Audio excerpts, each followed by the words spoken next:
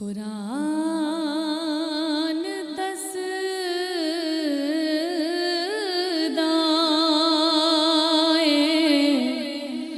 بڑائی حضور دی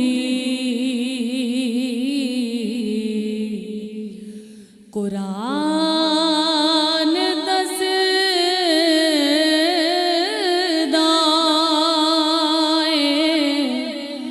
بڑائی حضور دی کیڑا کرے گمد ہاں سرائی حضور دی کیڑا کرے گمد ہاں سرائی حضور دی قوسین دے مقام نے اے راز کھولیا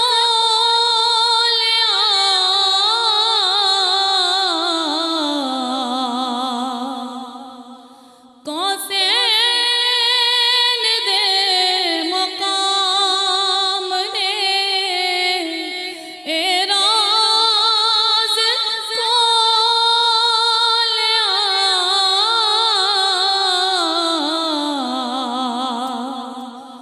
اللہ جاندا اے رسائی حضور دی اللہ جاندا اے رسائی حضور دی بن ویکھیا جدے تے کروڑا نثار نے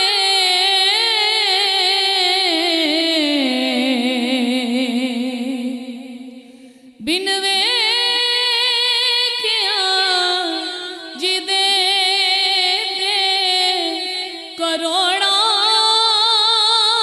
نثار نے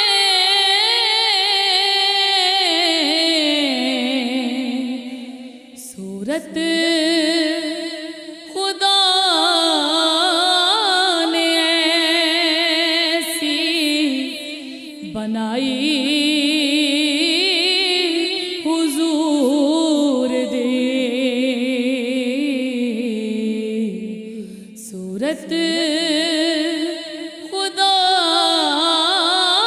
نے ایسی بنائی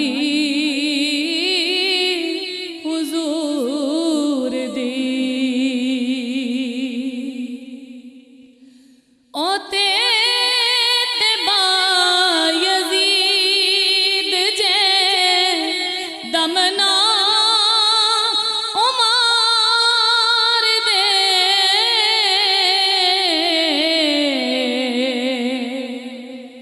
اوتے یزید جے دمنا عمار دے کتے ظہوری کتے گدائی حضور دی میں تو جے روز حشر نو پوچھیا فرید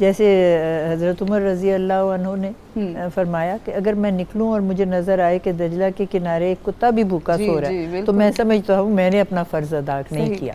تو ہم اپنے کم سے کم گرد و نواح میں تو دیکھیں کہ لوگ کن حالات میں رہ رہے ہیں, کیا ان کو ہماری ضرورت ہے, اور اگر ضرورت ہے تو سب سے پہلے وہ ضرورت پوری کرنی ہے, اور پھر یہ کہ جی ہم یہاں سے چلیں اور اب چلو مدینے چلو, یہ بھی اس میں بھی ہے لیکن وہ بعد میں آتا. بڑی اچھی بات ہے. نہیں بالکل اس میں تو کوئی دو رائے نہیں ہے. اللہ سبحانہ و تعالیٰ کی بارگاہ میں, حبیب کبریا کی بارگاہ میں جانا بے حد ضروری ہے. بارہا جائیں, سب جائیں, لیکن جو آپ کے بیسک جو آپ کی ذمہ داریاں ہیں بحیثیت پاکستانی, بحیثیت انسان, بحیثیت مسلمان, ان کو پورا کرنا بہت ضروری ہے, کیونکہ جب وہاں سے واپس آتے ہیں تو یہی درس لے کر آتے ہیں. ایمان والے کے لیے امانت دار ہونا کتنا ضروری ہے؟ اچھا میں تھوڑا سا میرے سوال کو لیکن آپ نے جواب دینا بڑھاؤں گا. ٹھیک ہے. کہ میرے خیال میں جو بندہ جتنا زیادہ اللہ تعالیٰ کے قریب ہوتا ہے نا, یا رسول پاک کے قریب ہوتا ہے, وہ مخلوق کا درد بھی اتنا ہی زیادہ رکھتا ہے. ٹھیک. صدیقی صاحب ایک بڑی اہم چیز نکاح کے حوالے سے ایک حدیث ہمارے ساتھ ہے مسند احمد سے, کہ وہ نکاح کہ جس میں کم سے کم خرچہ ہوا ہو وہ بابرکت ہوتا ہے, اور جس میں بہت زیادہ اسراف کیا جائے وہ بے برکتی کا باعث ہوتا ہے. اور آج ہم اپنے معاشرے میں دیکھتے ہیں کہ اس قدر زیادہ اسراف ہے, اس قدر پیسہ لٹایا جاتا ہے. ان چیزوں میں کیا فرمائے گا؟ یہ جو عائلی زندگی ہے نا, اسلام نے اسے بڑے تقدس سے دیکھا ہے. صحیح. نکاح کے ادارے کو اسلام نے ایک مقدس ادارہ قرار دیا. بالکل, بے شک, کیونکہ اسی سے معاشرہ بنتا ہے, اسی سے اگلی نسل آگے چلتی ہے. اور آپ یہ دیکھیں کہ دور نبوی کو دیکھیں کہ نکاح میں ہمیں حد درجہ کی سادگی ملتی ہے. صحیح. اور آج یہ جو سادگی ختم ہو گئی ہے تو دیکھیں کتنی بچیاں اس کی وجہ سے گھروں میں بیٹھی رہتی ہیں, کتنے خاندان شادی نہیں کر پا سکتے. جی. اور یہ ایک اجتماعی رویہ ہے. جسٹس صاحبہ کی بات سے مجھے نبی پاک صلی اللہ علیہ وسلم کی ایک حدیث یاد آئی جس کا تعلق برکت سے ہے, اور اس کا ہم ایک اجتماعی فہم بھی لے سکتے ہیں. جی. ایک صحابی نے شکایت کی کہ ہمارے گھر میں برکت نہیں ہو رہی. حضور نے فرمایا کہ شاید آپ کھانا الگ الگ کھاتے ہیں, اچھا, آپ اکٹھے بیٹھ کے کھایا کریں. من حیثیت معاشرہ نا, ہم میں ایک معاشرتی یا قومی سوچ نہیں ہے حقیقت میں, ہماری تربیت میں یہ نہیں ہے. جی, ہر شخص انفرادی زندگی گزارنا چاہتا ہے, وہ اپنا عمرہ کرنا چاہتا ہے, اپنا حج کرنا چاہتا ہے, اپنی دولت کی نمائش. ہمارا ایک اجتماعی ذہن نہیں بنا کہ ٹیکس دینے کو, قانون کی پابندی کرنے کو اور جرائم کی حوصلہ شکنی کرنے کو ہم لوگ اپنا کام نہیں سمجھتے. ایک اجتماعی رویہ نہیں ہے نا ہمارا. اور یہ اسی طرح یہ کہ ہم جیسے الگ الگ کھا رہے ہیں, حضور نے تو فرمایا نا گھر میں سارے کھائیں, تو حقیقت میں پورے معاشرے کو مل کے کھانا چاہیے اور پورے ملک کو اپنا ملک. کتنی اچھی بات ہے نا, آپ نے سمبولک کر دیا اس بات کو کہ اکٹھے کھانے سے مطلب یہ ہے کہ صرف گھروں میں بیٹھ کے کھانا نہیں ہے, وہ جو بھی اللہ رزق عطا کر رہا ہے وہ معاشرے میں بانٹ کے کھائیں. دیکھیں نا علامہ نے کیا خوبصورت بات کی کہ فطرت افراد سے اغماض بھی کر لیتی ہے, کبھی کرتی نہیں ملت کے گناہوں کو معاف. جب اور یہ چیز ہمارے میڈیا کو, ہمارے تعلیمی اداروں کو, گھروں میں اب تربیت میں آنی چاہیے کہ اس قوم کے بارے میں ہم سب مل جل کر سوچیں. بڑی اچھی بات ہے. یہ ہماری جو ایک ہے نا کہ انفرادی زندگی ہر شخص گزار رہا ہے, اپنی نیکی, اپنا گناہ, ہر کسی کو اپنی اپنی پڑی ہے, اپنی پڑی ہوئی ہے, اپنا ہر شخص اللہ سے اپنا ایک تعلق بنانا چاہتا ہے. اچھا, ایک یہ چیز ہم اکثر دیکھتے ہیں, اور یہ بلکہ تصوف میں بھی یہ بیان کیا جاتا ہے, میں کی نفی ہے اور ہم. یہ میں سے ہم کا جو سفر ہے نا, یہ جو ہے میرا خیال ہے یہ بھی برکت کا باعث ہوتا ہے. اور آج کل اکثر ہم دیکھتے ہیں کہ یہ کہا جاتا ہے کہ پتہ نہیں کیا ہو گیا, وقت میں بھی بے برکتی ہو گئی ہے. اچھا, یہ وقت کی بے برکتی کیا ہوتی ہے, اور اس حوالے سے بھی انشاءاللہ جانیں گے. ایک اور گیسٹ ہمیں جوائن کریں گے, رکنا ایک چھوٹے سے وقفے کے لیے, انشاءاللہ واپس آئیں گے, اس گفتگو کو آگے بڑھائیں گے, اور اس آخری مرحلے میں ہم کوشش کریں گے کہ ہم کوئی خزانہ لے کر جائیں, کوئی عہد کر کے جائیں, اور اپنی زندگی کو انشاءاللہ تبدیل کر لیں اور بابرکت انشاءاللہ ہو جائے اللہ کے فضل و کرم سے. انشاءاللہ رکیں گے جی ایک وقفے کے لیے, واپس آتے ہیں بریک کے بعد. السلام علیکم ورحمۃ اللہ وبرکاتہ.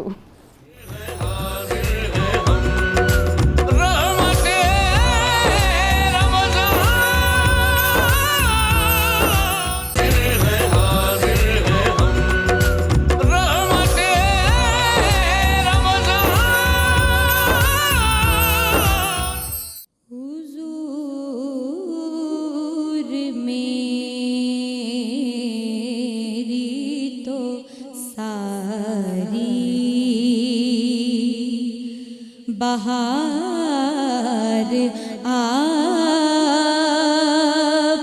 سے ہے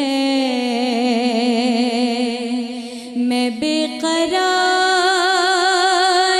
تھا میرا قرار آپ سے ہے میں بے قرار تھا میرا قرار آپ سے ہے حضور میری تو ساری بہار آپ سے ہے سیاہ کار ہوں آقا بڑی ندامت ہے یا رسول اللہ یا حبیب اللہ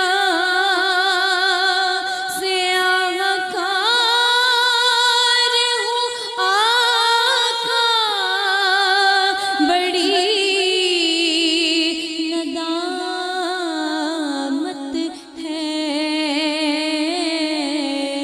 قسم خدا کی یہ میرا وقار آپ سے ہے قسم خدا کی یہ میرا وقار آپ سے ہے میں بے قرار تھا میرا قرار آپ سے ہے حضور میری تو ساری کہاں وہ عرض مدینہ کہاں میری ہستی کہاں وہ عرض مدینہ کہاں میری ہستی یہ حاضری کا سبب بار بار آپ سے ہے میں بے قرار تھا میرا قرار آپ سے ہے حضور میری تو ساری محبتوں کا صلہ کون ایسے دیتا ہے محبتوں کا صلہ کون ایسے دیتا ہے سنہری جا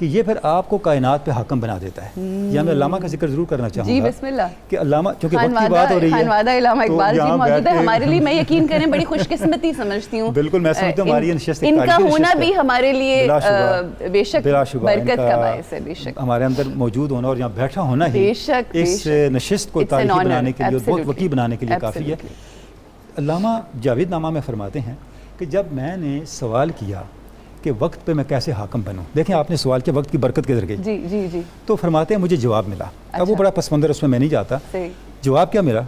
گر تو ہی من نہ باشم درمیاں لی محلہ باز خاں در اہن جا. وقت جواب دیتا ہے علامہ کو کہ اگر تو یہ چاہتا ہے کہ میرا تیرے اوپر اثر نہ رہے, میری تیرے اوپر گرفت نہ رہے, وقت کہہ رہا ہے تو مجھ پہ حاوی ہو جائے, تو اس کا ایک ہی راستہ ہے. اچھا وہ راستہ کیا ہے؟ کہ تو لی محلہ پہ کار بند ہو جا. اب لی محلہ کا کیا مطلب؟ یہ حدیث پاک ہے. آپ سے ارشاد فرمائے لی محلہ وقت لا یسانی فی ملک مکرم ولا نبی مرسل. مجھے اللہ کے ساتھ ایک ایسا وقت میسر ہے جب میرے اور اللہ کے درمیان نہ کوئی فرشتہ ہوتا ہے, نہ کوئی نبی و مرسل ہوتا ہے, کوئی نہیں ہوتا. کیا کہنے, یعنی ذات حق کے ساتھ آپ کی کیسی قربت میسر ہے. بس کو رب کے ذا نصیب کہ آپ بھی نہ ہوں. واہ واہ واہ, یعنی اللہ کی قربت کے اس درجے پہ جا پہنچے کہ اللہ اور آپ کے درمیان آپ بھی نہ ہوں, تو پھر وقت آپ کے اوپر حاکم نہیں ہو سکتا. صحیح. تو یہ وہ مقام ہے جہاں پہ آپ دیکھیں واقعہ معراج اس کی بڑی واضح مثال ہے. قرآن مجید میں اصحاب کہف کا واقعہ اس کی مثال ہے.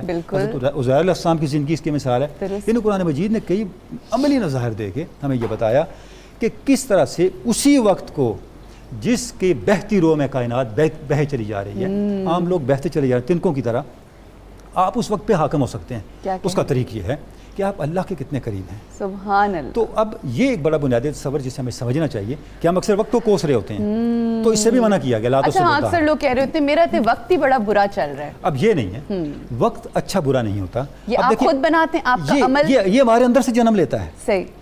وَمَسَّتْهُمْ بِالْبَاسَاءِ وَالضَّرَّاءِ لَعَلَّهُمْ يَتَضَرَّعُونَ.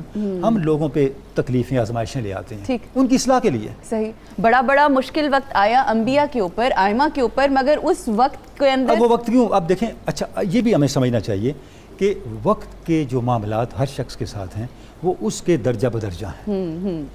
مثلاً عام آدمی ہوگا تو اس کے لیے وہ آزمائش ہوگی, اس کے تزکیے کا باعث ہوگا, اور اگر خواص میں سے ہوں گے تو ان کے رفعت درجات کا باعث ہوگا. ان کی بات وہ ہمت کی ہے کہ کس کی ہمت کتنی بلند ہے کہ اسی موقع کو, اسی واقعے کو, اسی مصیبت کو, اسی ایکسیڈنٹ کو, اسی حادثے کو وہ کیا سمجھتے ہیں اور اسے کیا کشید کرتے ہیں. بہت خوبصورتی سے تنویر صاحب آپ نے ایکسپلین کیا.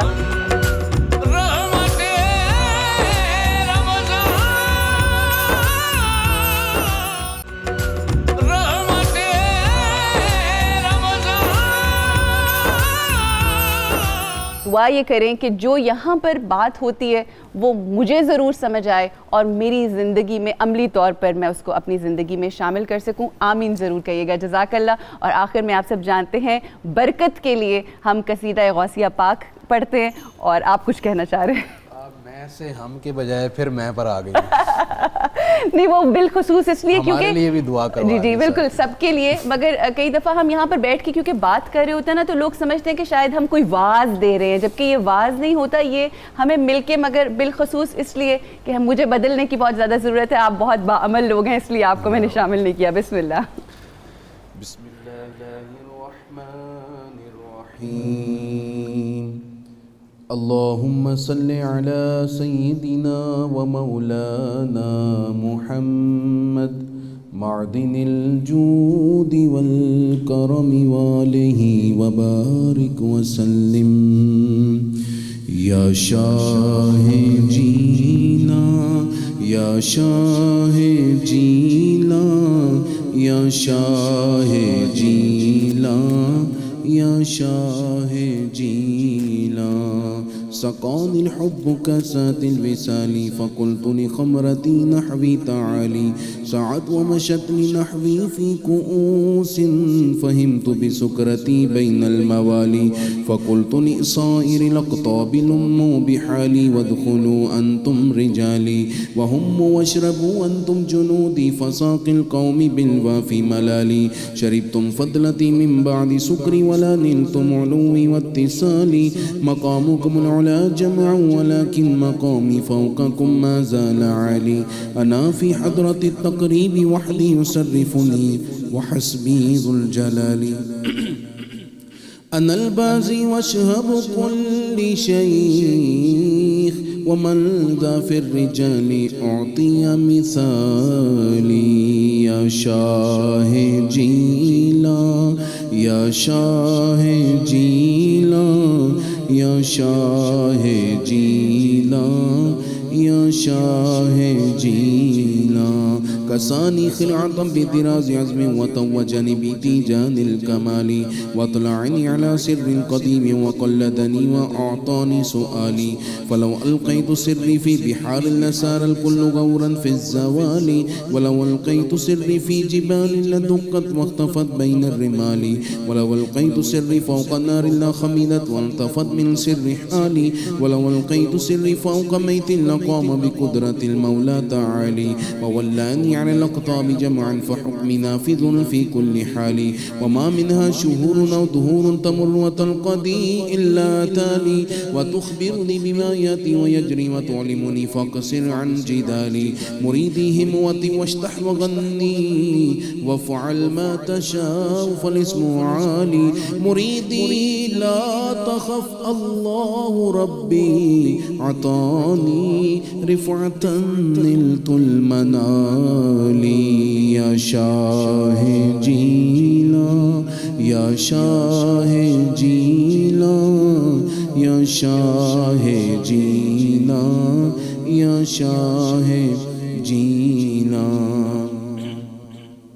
طبولي في السماء والأرض دقت وشوص سعادتي قد بدالي. بلاد الله ملكي تحت حكم وقتي قبل قلبي قد سفالي. نظرت إلى بلاد الله جمعا كخردلة على حكم اتصالي. درست العلم حتى صرت قطبا ونلت السعد من مولى الموالي. بلاد الله ملكي تحت حكم وقتي قبل قلبي قد سفالي. مريدي لا تخواش فإني عزوم قاتل عند القتال. فمن في أولياء الله مثلي ومن في العلم والتصريف حالي. رجالي في هواجرهم صيام وفي ظلم الليالي كالآلي. وكل ولي له قدم إني على قدم النبي بدر الكمال. نبينا أشبي مكي نجازي هو جدي به نلت الموالي. أنا الجيل محيي الدين اسمي وأعلامي على رأس الجبال. أنا الحسن والمخضع مقامي وأقدامي على عنق الرجال. وعبد القادر المشهور اسمي وجدي صاحب العين الكمال. تقبل لي ولا تردد سؤالي أغثني سيدي انظر بحالي. يا شاه جينا يا شاه جينا يا شاه جينا يا شاه جينا.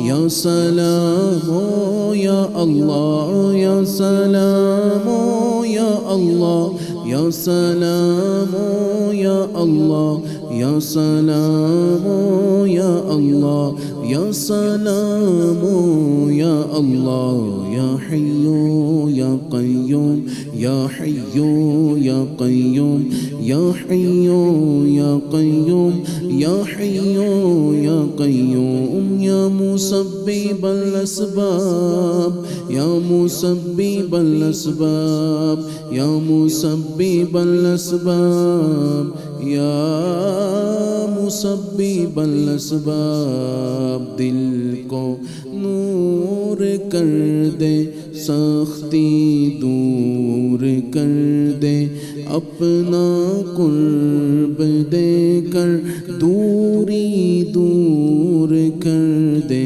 اللہ اللہ اللہ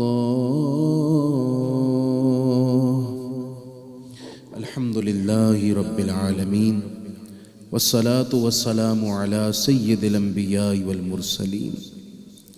اے پروردگار عالم، یہ تیرا فضل اور تیرا کرم کہ تو نے ہمیں رمضان نصیب کیا۔ رمضان شریف کے 28 روزے گزر گئے۔ پروردگار عالم، سچ تو یہ ہے کہ ہم ایک روزہ بھی اور ایک نیکی بھی ایسی نہیں کر سکے جس پر بھروسہ کریں اور تیری رحمت پر کامل امید لگائیں۔ اے اللہ، صرف تیرے فضل اور تیری رحمت کی درخواست ہے۔ ابھی جو شب شروع ہونے والی ہے، ممکن ہے یہی شب قدر ہو، آخری طاق رات ہوگی۔ اے پروردگار، تو نے رمضان دے کر فضل کیا، اب کرم بالائے کرم کر ہماری اور ہمارے ناظرین کی اور ہم سب کی فیملیز کی بخشش بھی فرما دے۔ اے اللہ، ہم سے راضی ہو جا، زندگی بھر کی نالائکیاں، کوتاہیاں اور گناہ معاف کر دے۔ میرے مولا، تو بڑا مہربان اور کریم ہے، تو ہماری ماؤں سے بڑھ کر ہم سے پیار کرتا ہے۔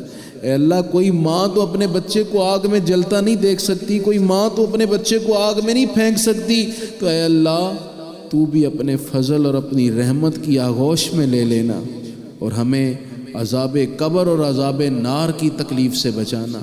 ہمارے ناظرین میں جتنے بیمار ہیں سب کو شفا دے دے۔